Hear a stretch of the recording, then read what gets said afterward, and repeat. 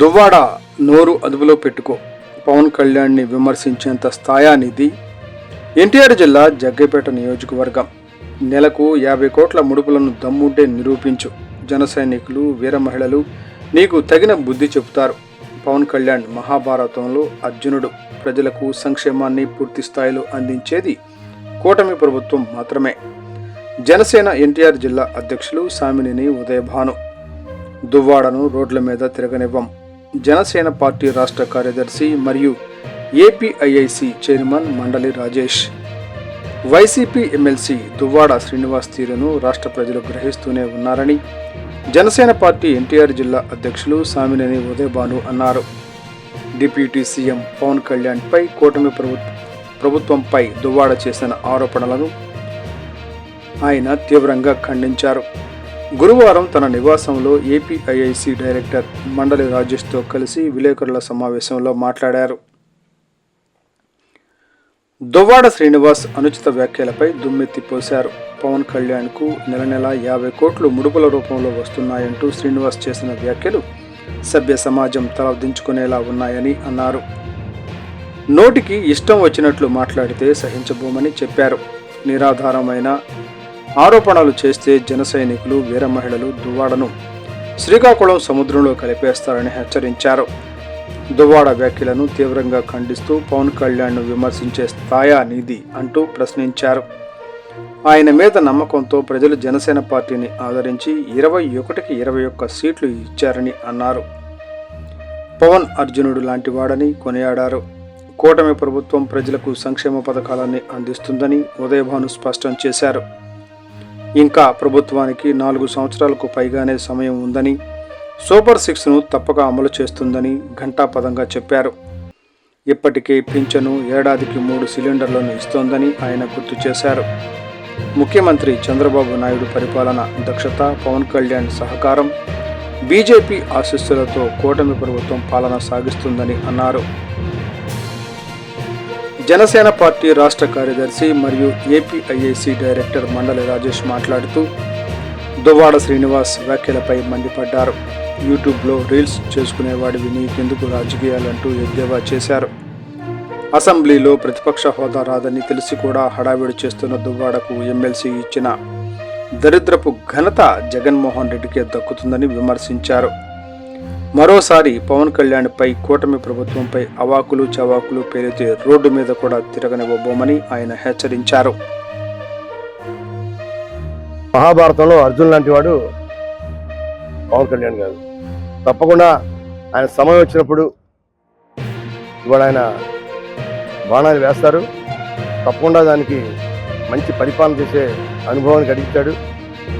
కేంద్రంలో కూడా మంచి గుర్తింపు ఉంది. రాష్ట్ర ప్రజలకు కూడా ఒక నమ్మకాన్ని కలిగించారు. ఒక ఆర్టిస్ట్గా వచ్చి, సినీ ఆర్టిస్ట్గా వచ్చి ఇంత బ్రహ్మాండంగా చేస్తారని చెప్పి ఎవరు ఊహించాల. అటువంటి మంచి పరిపాలన అందించే పవన్ కళ్యాణ్ గారిని కూడా మీరు చూసి నేర్చుకోవాలని చెప్పి దువ్వాడ శ్రీనివాస్ గారిని హెచ్చరిస్తున్నారు. పరిస్థితి వేరు, ఇవాళ పరిస్థితి వేరు. ఆనాడు ఎక్కడ ప్రజాస్వామ్యతంగా జరగల, పరిపాలన ప్రజాస్వామ్యతంగా జరగలేదు కాబట్టే ఇవాళ ప్రజాస్వామ్యతంగా జరపాలి పరిపాలన అని ఇవాళ చంద్రబాబు నాయుడు గారు, పవన్ కళ్యాణ్ గారు కలిసి ఒక ప్రణాళికాబద్ధంగా ప్రభుత్వాన్ని పరిపాలిస్తూ ఉన్నారు. ఇవాళ పరిపాలన ఇంకా మాకు చాలా టైం ఉంది. 4 మాసాల టైం ఉంది మాకు. ఈ 4 సంవత్సరాలు 4 మాసాలు తప్పకుండా అనుకున్న కార్యక్రమాలు, చేసిన వాగ్దానాలు తప్పకుండా నెరవేరుస్తారు. ఎందుకంటే గత ప్రభుత్వంతో మీరు పోల్చమాకండి. గత ప్రభుత్వం పరిపాలన వేరు, ఈ ప్రభుత్వ పరిపాలన వేరు. ఇది సుపరిపాలన అని చెప్పి మేము ఖచ్చితంగా చెప్పగలుగుతున్నాం. తప్పకుండా న్యాయంగా, ధర్మంగా ప్రజలకు ఇవ్వాల్సిన అవసరాలను తప్పకుండా తీర్చి మాట నిలబెట్టుకుంటామని చెప్పి కూడా మేము తెలియజేస్తున్నాం. అలానే ఇవాళ మీరు నిజంగా మాట్లాడిన మాటలు చూస్తుంటే అసలు మీకు పిచ్చెక్కినట్టుగా మాట్లాడారు. మీకు ఏదో మానసిక పరిస్థితి బాగాలేదన్నట్టుగా అనిపిస్తుంది మీ యొక్క డైలాగ్ చూస్తూ ఉంటే. దయచేసి దువ్వాడ శ్రీనివాస్ గారు, మీరు ఆరోగ్యాన్ని జాగ్రత్త చూసుకోండి. అనవసరమైన మాటలు మాట్లాడి మమ్మల్ని రెచ్చగొట్టద్దని చెప్పి, జన సైనికుల్ని, వీర మహిళని రెచ్చగొట్టద్దని చెప్పి నేను మీకు తెలియజేస్తున్నాను. ఉప ముఖ్యమంత్రి వారు, రాష్ట్ర జనసేన పార్టీ అధ్యక్షులు పవన్ కళ్యాణ్ గారి మీద అనుచితమైన వ్యాఖ్యలు చేశారు. ఎమ్మెల్సీగా ఉన్న దువ్వాడ శ్రీనివాస్. మిస్టర్ శ్రీనివాస్, నువ్వు ఏ విధంగా పవన్ కళ్యాణ్ గురించి విమర్శిస్తూ మాట్లాడారు మీరు? ఆయన గురించి మీరు మాట్లాడేంత స్థాయి కాదు. ముఖ్యంగా నువ్వు ఎమ్మెల్సీగా ఉన్నారు. మీరు ఓకే, ఎమ్మెల్సీగా ఉన్నప్పుడు మీరు కౌన్సిలర్, మీరు మాట్లాడండి, ఆధారాలు అంటే చూపించండి. ఇవాళ మీరు పవన్ కళ్యాణ్ గారు మొన్న జరిగిన ఎన్నికల్లో 100/100 21 సీట్లు పోటీ చేస్తే 21 సీట్లు కూడా గెలిచారు. ప్రజా ఆదరణ ఉన్నట్టుగా నిరూపించబడ్డారు. మరి మీరు ప్రత్యేకంగా మీరు ఆయన గురించి అనేక రకమైన విమర్శలు చేశారు. ఆ విమర్శలు ఎలా ఉన్నాయంటే 50 కోట్ల రూపాయలు నెల లంచ రూపంలో వస్తాయని చెప్పి చెప్తున్నారు. మీరు సభ్య సమాజం తలదించుకునేలాగా మీరు మాట్లాడారు. ఇవాళ పవన్ కళ్యాణ్ గారు ఆయన పూర్తిగా సినీ ఫీల్డ్ నుంచి బయటకు వచ్చి కోట్ల రూపాయల ఆదాయం వదులుకొని ప్రజాసేవకి నిమగ్నమై పనిచేస్తూ ఉన్నాడు. దాదాపు 9 మాసాల నుండి ఆయన చేస్తున్న కార్యక్రమాలు కానీ, ఆయన పరిపాలన కానీ, పంచాయతీరాజ్ వ్యవస్థలో తీసుకొచ్చిన పెను మార్పులు కానీ ఇవాళ ఆంధ్రప్రదేశ్ 5 కోట్ల మంది ఆంధ్రులు చూస్తూనే ఉన్నారు. ఇవాళ దువ్వాడ శ్రీనివాస్ గారు మీకు ఆయన గురించి ఇలా మీరు మాట్లాడారు. మీకు ఒకటే తెలియజేస్తున్నాను, మిస్టర్ దువ్వాడ, నిన్ను దున్నేస్తారు వీర మహిళలు, జన సైనికులు. కను సైగ చేస్తే శ్రీకాకుళం జిల్లాలోనే ఉన్న సముద్రంలో మిమ్మల్ని పడేస్తారు. ఎందుకంటే మీ యొక్క పరిస్థితి గత సంవత్సరం నుండి కూడా, ఎన్నికలైన దగ్గర నుండి మీ యొక్క పరిస్థితి, మీ యొక్క అనేక రకాల కార్యక్రమాలు ప్రజలు, ప్రతి వాళ్ళు, రాజకీయాల్లో ఉన్నవాళ్ళు, రాజకీయాలు లేని వాళ్ళు కూడా ప్రతిరోజు వింతగా చూస్తున్నారు మీ కార్యక్రమాన్ని గురించి.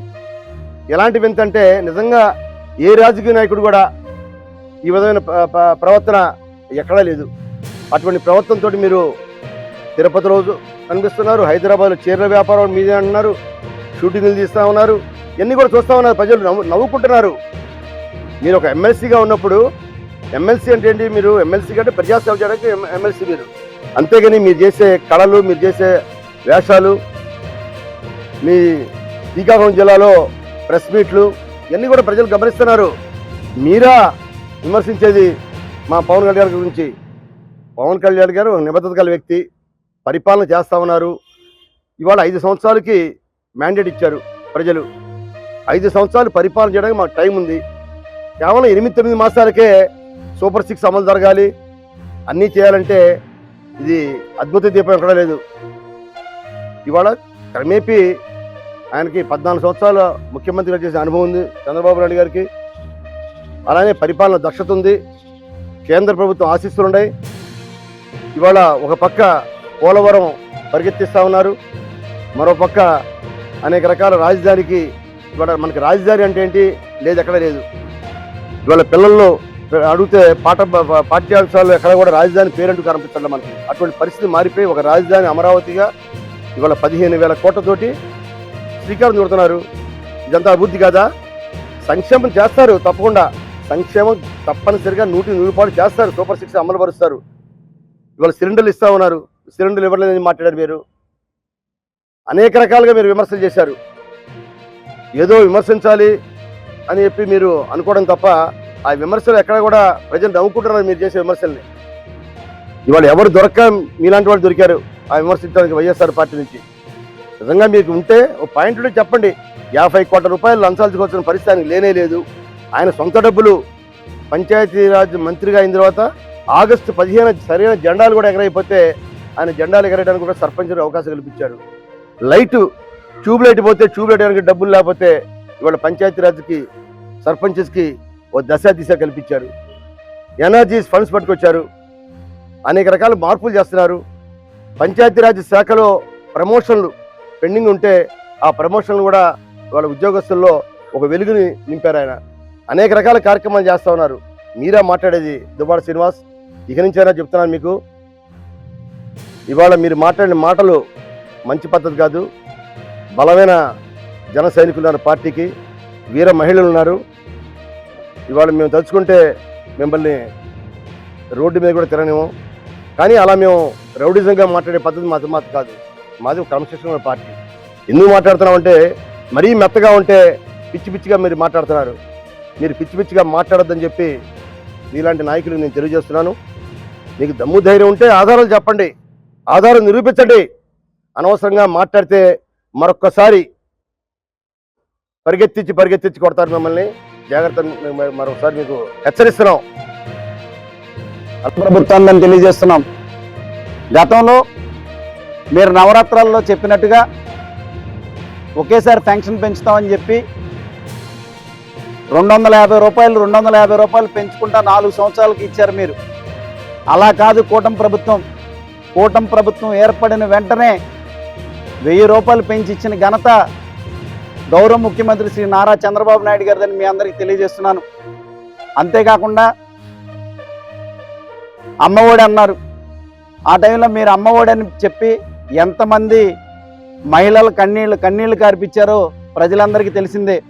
ఇదిగో అమ్మఒడి ఇస్తున్నాం అని చెప్పి ఎన్ని సంవత్సరాలకు అమ్మఒడి ఇచ్చారని నేను మిమ్మల్ని అడుగుతున్నాను.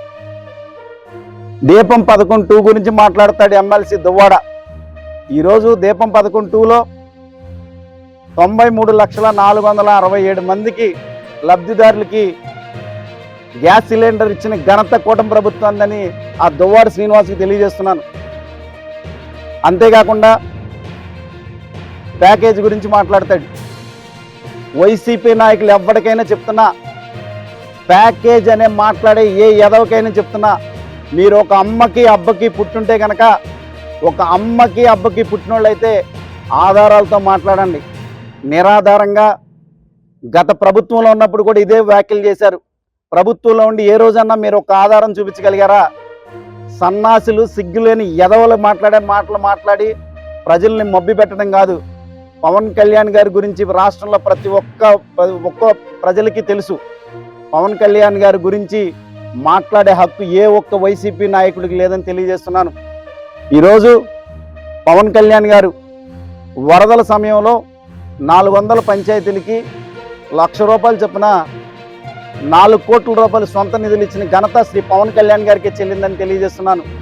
ఆయన కాళ్ళ కడిగి ఆ నీళ్లు తల చల్లుకుంటేనే మీ పాపాలు పోతాయని చెప్పి వైసీపీ నాయకులు ఒక్కొక్కరికి తెలియజేస్తున్నాను. అంతేకాకుండా ఆయన మాట్లాడతాడు, నీకు 60 సంవత్సరాలు వచ్చింది, నీకు సిగ్గుందా? పెళ్ళిడికి వచ్చిన ఆడబిడ్డ ఉందా, నీకు సిగ్గుందా అని నేను అడుగుతున్నా. పెళ్ళిడికి వచ్చిన ఆడబిడ్డను ఇంట్లో పెట్టుకుని నువ్వు ఒక వేశ్య మహిళను తీసుకుని నీకు నచ్చినట్టుగా బజార్లో అమ్మడి తిప్పుకుంటూ యూట్యూబ్ రీల్స్ చేసే ఎదవ్వి. మీ నాయకుడిని అనాలి, నిన్ననేం బుద్ధి ఉంది? నీలాంటి ఎదవని శాసన మండలికి పంపించారు. నువ్వు ఎదవని తెలిసిన తర్వాత కూడా నిన్ను సస్పెండ్ చేయలేదంటే మీ నాయకుడు ఎంత గొప్పవాడో ఆయన ఆత్మ పరిశీలనకి వదిలేస్తున్నాను. తిరుమల తిరుపతి దేవస్థానం టీటీడీ బోర్డు కూడా చెప్తున్న చైర్మన్ గారికి, ఒక ఉంపుడు గత్తిని తీసుకొచ్చి పవిత్రమైన వెంకటేశ్వర స్వామి సన్నిధిలో నువ్వు చేసే యూట్యూబ్ రీల్స్ ఏంటయ్యా సన్నాసి? ఇలాంటి ఎదవని ఇంకొకసారి తిరుమల కొండ మీదకి రాకుండా చూడాల్సిన బాధ్యత టీటీడీ చైర్మన్ గారిదని నేను తెలియజేస్తున్నాను. ఈయన మాట్లాడతాడు, మా టీవీలో కూడా పక్కన పెట్టేశారంటారు. గత ప్రభుత్వంలో నువ్వు చేసిందేంటి? ఈ టీవీని రానిచ్చావా? టీవీ పైన రానిచ్చావా? ఏబిఎన్ రానిచ్చారా? ఆత్మ పరిశీలన చేసుకోండి. మీరు ఎవరు టీవీలో రానిట్లా ఇక్కడ చూడండి ఏ టీవీలు ఉన్నాయో. ఈ సాక్షి కూడా ఉంది, ఇదిగో. మాట్లాడే ముందు ఒళ్ళు దగ్గర పెట్టుకుని మాట్లాడే దువ్వాడ శ్రీనివాస్. నీకు నచ్చినట్టు మాట్లాడితే ఊరుకునే ప్రసక్తే లేదు. ఆయన శాసనసభ సాక్షిగా చెప్పాడు, నేను ఒక ఎమ్మెల్సీగా చెప్తున్నానని చెప్పాడు. మా అధ్యక్షులు శ్రీ పవన్ కళ్యాణ్ గారు నెలకి 50 కోట్ల రూపాయలు ప్యాకేజ్ తీసుకున్నాను అన్నాడు. నువ్వు నిరూపించాలి. నిరూపించిన ఎడల శాసన మండలి చైర్మన్ గారి దగ్గరికి వెళ్ళి నీ మీద కేసు వేయటం కూడా జరుగుతుందని నేను హెచ్చరిస్తున్నాను. ఇంకొకసారి కూటమి ప్రభుత్వం గురించి కానీ జనసేన పార్టీ అధ్యక్షుడు శ్రీ పవన్ కళ్యాణ్ గారి గురించి కానీ అవాకులు చవాకులు పేలితే నిన్ను రోడ్ల మీద కూడా తిరగనివని చెప్పి హెచ్చరిస్తున్నాను. ఇంకొకసారి నువ్వు మాట్లాడే ముందు ఒళ్ళు దగ్గర పెట్టుకోవాలని దువ్వాడ శ్రీనివాస్కి హెచ్చరిస్తూ, ఇంకొకసారి పవన్ కళ్యాణ్ గారి గురించి మాట్లాడితే ఇక నీకు ఎక్కడ తిరిగే అర్హత ఆంధ్ర రాష్ట్రంలో ఎక్కడ తిరగనివని చెప్పి హెచ్చరిస్తూ సెలవు తీసుకుంటున్నాను. అటువంటి మీడియా మిత్రులందరికీ నా హృదయపూర్వక నమస్కారాలు తెలియజేస్తున్నాను. ముఖ్యంగా ఈరోజు ఈ ప్రెస్ కాన్ఫరెన్స్ ఏర్పాటు చేయడానికి గల ముఖ్య కారణం, మొన్న శాసనసభ నుంచి బయటకు వచ్చిన తర్వాత ఎమ్మెల్సీ దువ్వాడ శ్రీనివాస్ జనసేన పార్టీ అధినేత శ్రీ పవన్ కళ్యాణ్ గారి మీద ఆయన చేసినటువంటి అనుచిత వ్యాఖ్యలకు దానికి బదులు ఇవ్వడానికి ఈ ప్రెస్ కాన్ఫరెన్స్ ఏర్పాటు చేశాం. దువ్వాడ శ్రీనివాస్, నీ దువ్వెన్న తీసుకుని యూట్యూబ్లో రీల్స్ చేసుకో, నీకెందుకే రాజకీయాలు? నీ గురించి ప్రజలు ఏమనుకుంటున్నారో, శ్రీకాకుళంలో నాయకులు ఏమనుకుంటున్నారో, రాష్ట్రంలో మహిళలు ఏమనుకుంటున్నారో నేను చూసి నవ్వుకుంటున్నారు. నీకెందుకే రాజకీయాలు? ప్రతిపక్ష హోదా గురించి అడుగుతాడు దువ్వాడ శ్రీనివాస్. ప్రతిపక్ష హోదా ఎలా వస్తుందని చెప్పి, ప్రతిపక్ష హోదా వస్తుందో రాదో తెలుసుకోలేనంత అజ్ఞానికి శాసన మండలి సభ్యుడు ఇచ్చినటువంటి దరిద్రపు ఘనత ఓ జగన్మోహన్ రెడ్డికే చెల్లిందని మీ అందరికీ తెలియజేస్తున్నాను. ఈరోజు భారత రాజ్యాంగం ప్రకారం ప్రతిపక్ష హోదా దానికి శాసన మండలికి ఉన్న నియమ నిబంధనలు కూడా తెలియనటువంటి అజ్ఞాని దువ్వాడ శ్రీనివాస్ అని చెప్పి ఈ సభాపూర్వకంగా నేను తెలియజేస్తున్నాను. ఆయన మాట్లాడతాడు, ప్రతిపక్షం ఇస్తేనే మేము శాసనసభలో కూర్చుంటామని చెప్పి మాట్లాడుతున్నాడు. పెద్దలు సామినేని ఉదయభాను గారు చెప్పినట్లుగా శాసన మండలిలో మీకు ప్రతిపక్షం ఉంది కదా, మీ 11 మంది ఎమ్మెల్యేలని ఒక 22 లక్షల పైచీలకు ప్రజలు ఎన్నుకునే కదా మిమ్మల్ని పంపించింది. అయినా మీరు ఏ రోజు కూడా శాసనసభలో ఒక్క నిమిషం కూడా కూర్చున్నటువంటి దరిద్రపు ఘనత వైసీపీ పార్టీకి ఏదైనని చెప్పి మీ అందరికీ తెలియజేస్తున్నాను. ఈరోజు గతంలో 2014 తెలుగుదేశం పార్టీ అధికారంలో ఉన్నప్పుడు మీరు ప్రతిపక్షంలో ఉండి పీకింది ఏంటని నేను అడుగుతున్నాను. మిమ్మల్ని నమ్ముకుని ఓట్లేసిన ప్రజలకి ఏం సమాధానం చెబుతున్నారని మిమ్మల్ని అడుగుతున్నాను.